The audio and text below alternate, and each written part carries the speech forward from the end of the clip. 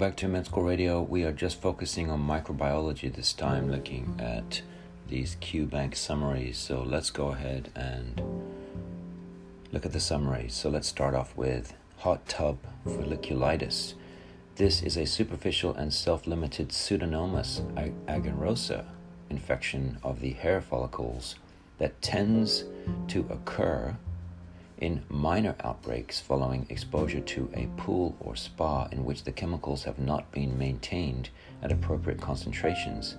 Pseudomonas are gram-negative, oxidase-positive, non-lactose fermenting motile rods that produce green pigment. So remember that hot tub folliculitis is an infection of the hair follicles. Okay, next one. CMV or cytomegalovirus is typically associated with subclinical infection in the immunocompetent, with the occasional individual developing a mononucleosis-like syndrome, that is, heterophile antibody, monospot, negative. In the immunocompromised, primary or reactivated CMV infection can result in severe retinitis, pneumonia, esophagitis, colitis, or hepatitis. Gonorrhea can cause urethritis, dysuria, and prurient urethral discharge. The nucleic acid amplification test is the diagnostic tool of choice. Gram stain showing gram-negative intracellular diplococci is also diagnostic. Dual therapy with ceftriaxone and azithromycin is the first-line treatment due to concerns about resistance and chlamydia co-infection. So remember to treat with ceftriaxone and azithromycin for gonorrhea.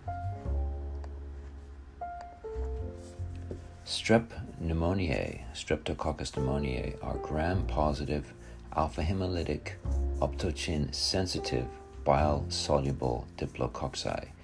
Viridans group Streptococci are also alpha-hemolytic, but they are optochin resistant and bile-soluble. Streptococcus pyogenes group A Streptococcus appear as gram-positive cocci in chains with bacitracin susceptibility.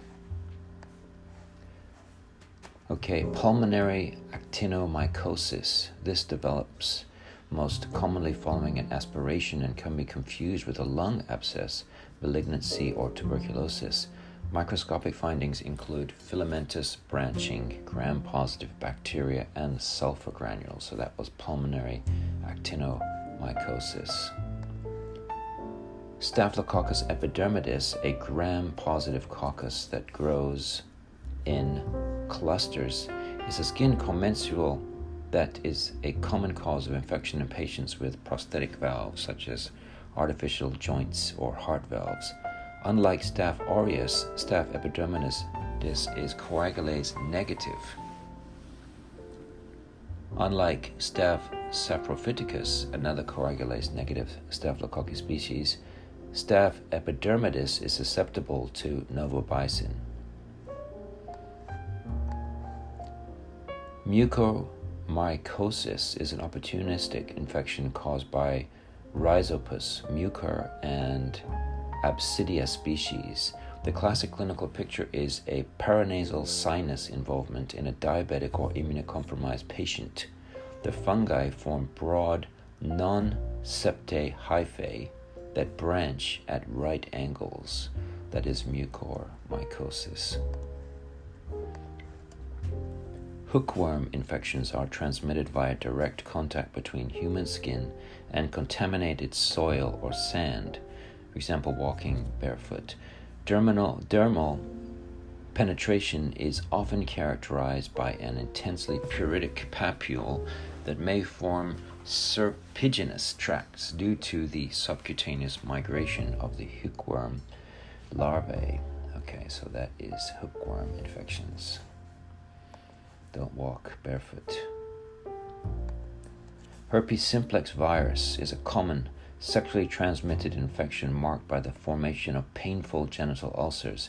A Zank smear can reveal the characteristic cytopathic effects of the virus, including multinucleated giant cells, ground glass opacities, acantholytic cells, keratinocyte ballooning, and nuclear molding.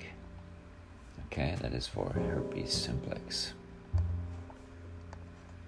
Chagas disease is a protozoal illness that is endemic to Latin America.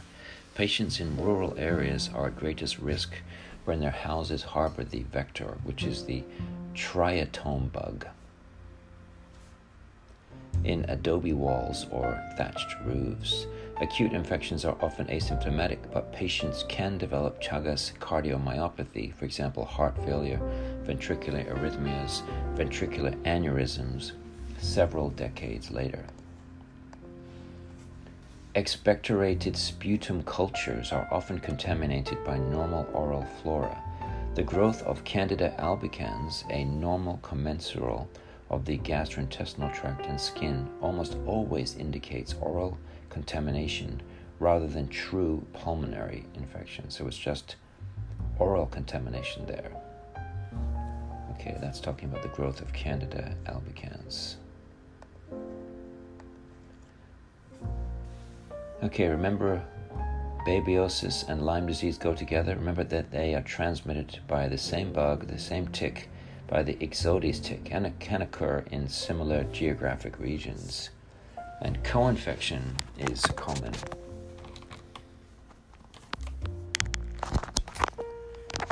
Okay, moving on. Hepatitis E virus is an unenveloped single-stranded RNA virus spread through the fecal-oral route. The most concerning feature of hepatitis E infection is the high mortality rate observed in infected pregnant women.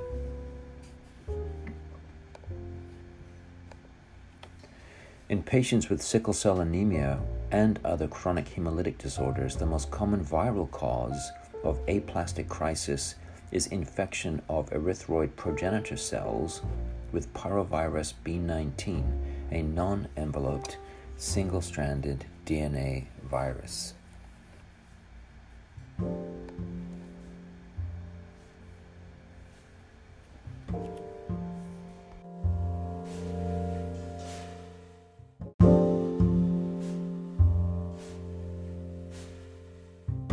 And continuing on with meningoencephalitis, which is the most common presentation of Cryptococcus neoformans infection.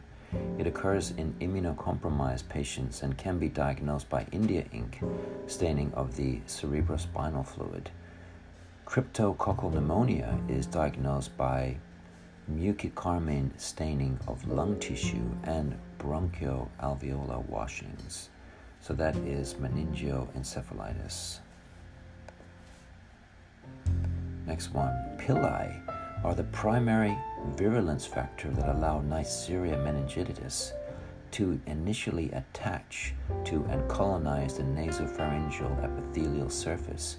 Pili undergo significant antigenic variation, which makes them a difficult vaccination to target.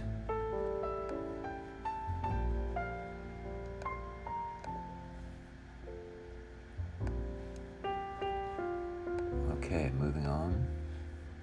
Patients with sickle cell disease become functionally asplenic within the first few years of life due to repeated microinfarction of splenic vascular beds. This dramatically increases the risk for fulminant infections with encapsulated bacterial organisms, particularly Streptococcus pneumoniae. Patients with sickle cell disease are also at increased risk for other bacterial infections, most commonly Salmonella osteomyelitis.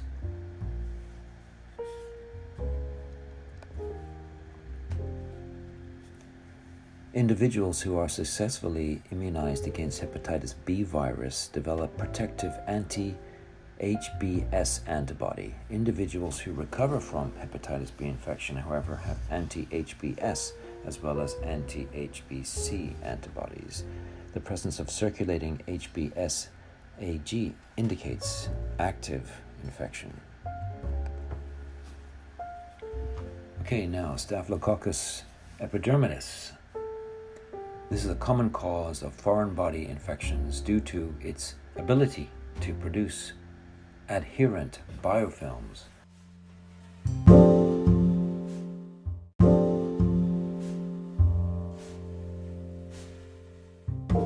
And moving on, viridin streptococci are normal inhabitants of the oral cavity and are a cause of transient bacteremia after dental procedures in healthy and diseased individuals. In patients with pre-existing valvular lesions, viridin streptococci can adhere to fibrin platelet aggregates and establish infection that leads to endocarditis. Hepatitis A infection is most commonly silent or subclinical or anecteric in young children, but can also present as an acute self-limited illness characterized by jaundice, malaise, fatigue, anorexia, nausea, vomiting, right upper quadrant pain, or an aversion to smoking. So that is hepatitis A infection. The most common outcome in HBV-infected adults, which is greater than 95%, is acute hepatitis with mild or subclinical symptoms that eventually completely resolve.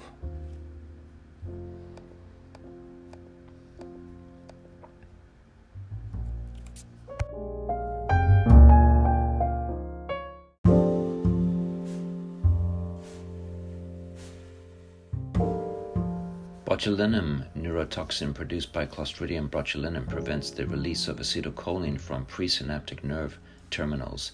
The toxin impairs peripheral muscarinic and nicotinic neurotransmission, causing both autonomic symptoms, for example, fixed pupillary dilation or dry mouth, and skeletal muscle weakness, for example, diplopia, dysphagia, and respiratory depression. Its effects at the neuromuscular junction can be seen on electromyography as a decrease in muscle response following stimulation of a motor nerve. Lysogenic bacteriophages are responsible for converting non-pathogenic Corynebacterium to toxigenic Corynebacterium. Toxigenic strains elaborate the diphtheria exotoxin, which causes pseudomembranous pharyngitis and potentially life-threatening systemic effects, for example, myocarditis or neuritis. So that was all about lysogenic bacteriophages.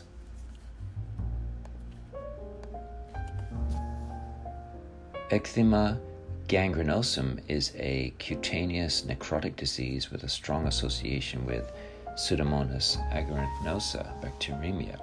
It occurs from perivascular invasion and release of tissue-destructive exotoxins, causing vascular destruction and insufficient blood flow to patches of skin that become edematous and subsequently necrose. Pseudomonas infections are common in patients who are neutropenic, are hospitalized with burns, or have indwelling catheters. So there we were talking about eczema gangrenosum and its association with Pseudomonas.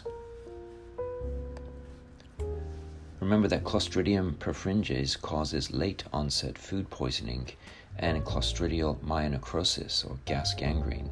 The food poisoning is toxin-mediated, late onset, and causes transient watery diarrhea.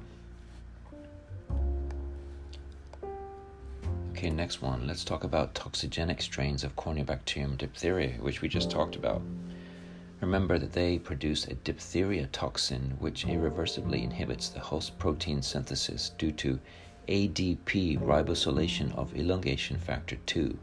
Local effects include pseudomembranous pharyngitis. Systemic effects include potentially life-threatening myocarditis and neuritis. Immunization and diphtheria toxoid generates protective circulating IgG against the exotoxin B unit. So thanks very much for joining me today, Med School Radio, as we're looking at some of the summaries from the Q banks.